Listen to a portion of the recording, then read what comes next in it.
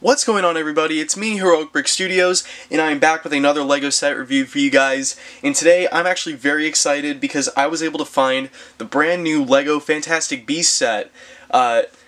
This set is Newt's Case of Magical Creatures. This is obviously from the Fantastic Beasts movie back in 2016, and I'm very sure that we'll be seeing it again in Fantastic Beasts: The Crimes of Grindelwald in November. But this set has a set number of 75952. It has 694 pieces, and this set retails for $49.99. Now for $50, I think this is a great deal. You get really cool creatures in this set. You get 4 great figures, all from Fantastic Beasts, and I mean it's still a part of the Wizarding World with Harry Potter.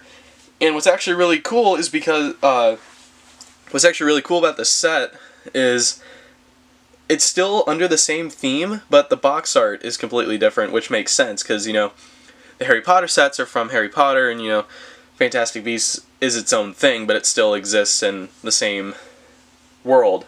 So, you get 3 really cool creatures, like I just said. You get a lot of new molds and stuff in here, and I think it's just awesome. So, and I really do love this set. So, I think without further ado, let's just get into the set. Starting off with the figures in this set, we have the main character of the movie, Newt Scamander. Now, this figure is really cool in my opinion, mostly because it's exclusive to this set. Because we did get Newt Scamander in a LEGO Dimensions pack, but he had like the blue jacket and his bow tie and everything. And then in the new collectible minifigures wave, he also has this the blue coat, so this is the first time where he just has the vest. And I think this figure is pretty good, in my opinion. I think the facial printing looks exactly like Eddie Redmayne. I love the design. And I like the color too. Sorry if you guys can hear, there's a lawnmower going on outside right now. But as you can see for his accessories, Newt has the new wand pieces. And this is the first time I've gotten this, and I'm pretty sure it's new to this set, but it's like a carrot orange color. It's like the exact same color as his torso. And then he also has a green plant piece here, which is supposed to represent the bowtruckle, that like Newt has a pet bowtruckle.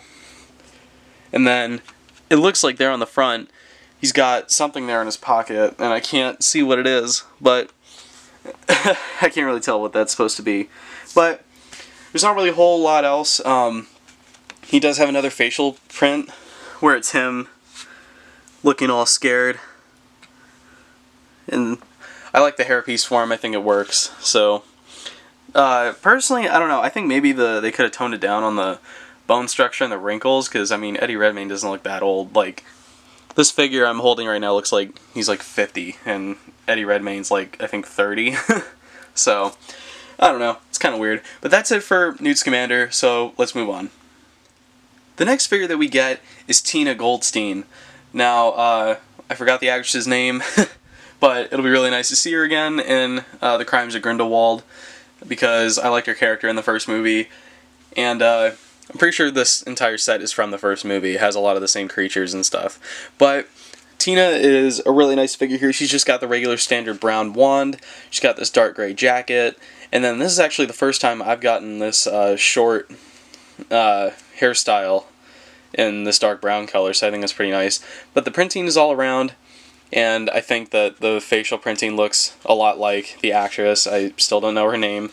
You turn her around, she does have an alternate facial expression, more of like a stern look, serious look or whatever, but still pretty cool. She does come with this teapot that's meant to, this is actually from a scene towards the end of the movie when they have to catch the occamy. It's like that giant snake bird, which we actually get in this set. So that's it for Tina. Next up, we have Queenie Goldstein. Now, Queenie was probably one of my favorite characters in the movie. She's definitely different, you know. If I could compare her to a character from the Harry Potter movies, she'd probably be Luna. But I think Queenie here is a really nice figure. Like the entire pink outfit, kind of reminded me of Umbridge a little bit. And we actually are getting an Umbridge figure, and I think those like minifigure 4-packs, like the Avengers Infinity War ones and the Harry Potter ones, I have a feeling those might be Bricktober ones, but it might not be available here in the US because Toys R Us closed down, but that's okay. But Queenie has some really nice printing. I don't know this actress's name either, but I think it looks a lot like her, especially like this facial expression. She has like a really like wide-eyed smile expression pretty much all the time. And then here she has like a frightened expression. She's scared of something. I mean, she's trapped in a magical briefcase with a lot of creatures that could kill her, but I don't know. And then she has just the black wand piece like that. And overall, she's a good figure. So that is it for Queenie. The last figure that we get in this set is Jacob Kowalski. Now, he was probably my favorite character in Fantastic Beasts, and I'm really glad to see him coming back again. Because it's so funny, because unlike the other characters, he's not a wizard or a witch. He's not a wizard. He's a muggle. He's a regular person, or I guess I should say no-mage. So, I just think it's really funny having a regular person in this world doing stuff with all these witches and wizards. But Kowalski has like this brown vest on, like this brown padding vest, because this is supposed to be him like from a scene kind of in the middle of the movie where they have to catch the erumpent, which is like the big rhinoceros. And he actually does have an alternate, he has an alternate facial expression, so he has like the serious look here. And then he has like this really scared looking one with a chin strap, because he also comes with a helmet. You can put the helmet on him if you want to try to recreate the scene where the rhino is chasing him. So you have that figure for that. And he also has this black umbrella piece, which I really love. And I'm glad that we actually got a pink one of those for Hagrid in the Great Hall set. But aside from that, that's really it for all the figures in this set. Moving along in this set, we have a whole bunch of magical creatures that were featured in the first Fantastic Beasts movie. And I know at least one of them will be making a return, but I'm not sure about these other three. But just starting off, we do have the niffler. He's a really like cute little like platypus looking thing, so I think that one's pretty cool. And he's small enough where you can just put him inside a minifigure's hand, and that's just really cool. This is probably my favorite one out of all of them, to be honest. But moving along to like these really cool designed brick-built creatures, we'll just start off from the left and go to the right. But starting off here, we have the Thunderbird. Now, this bird, obviously, like as the name implies, you know, can like control like storms and stuff. It can create storms, and it's a really nice like white and gold design. I love these tail pieces here because you get these vines slash like whip pieces in gold, which I don't think I've ever seen before. But I think they're really nice. You get these really good wing molds that you can move and stuff. Pretty much all these creatures are articulated. You're able to, it can do a whole lot. Then I just knocked over the occamy, but you can actually open up their mouths. It's a little bit difficult to do that, and I hope LEGO improves upon that in the future if they ever do more creatures of this mold. But you can open up their mouths, close them like that. They have, this one has, you know, its feet with the gold talons, and it has all these wing pieces all around here, and it can fly around and stuff, and has horns on the back of its head. But that's really it for the Thunderbird. Then moving along to the occamy. This one's probably my favorite, and it was definitely the weirdest looking creature I think in the movie, because it's just pretty much, it's a giant snake bird looking thing. But I love the color scheme on this creature.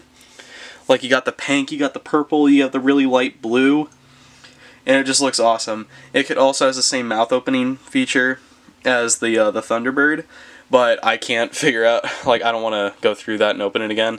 But it does have these pink wing pieces, and this one is definitely my favorite out of the bunch, mostly just because of the color scheme, and you can articulate it and get it to sit like that, and that one's just really cool. That's why it's my favorite. And then lastly, we have the erumpent, which is you know, the rhinoceros pretty much with the glowing lights in its head. And personally, this one isn't as unique because it's just a standard brick-built rhinoceros. You can actually move the legs. They're totally posable, although I think you can only really get it to stand in a number of positions. It does have these eyes here are printed. These aren't stickers, so they're really nice. And I think you can, yeah, you can move the head around and stuff, and you can move the legs, and it's got the big rhino horn. But that is really it for all the creatures that you get in the set. Now, moving on to the actual playset itself, this is probably my favorite part of the set because, like, its playability function that I'll show off at the end is just really cool.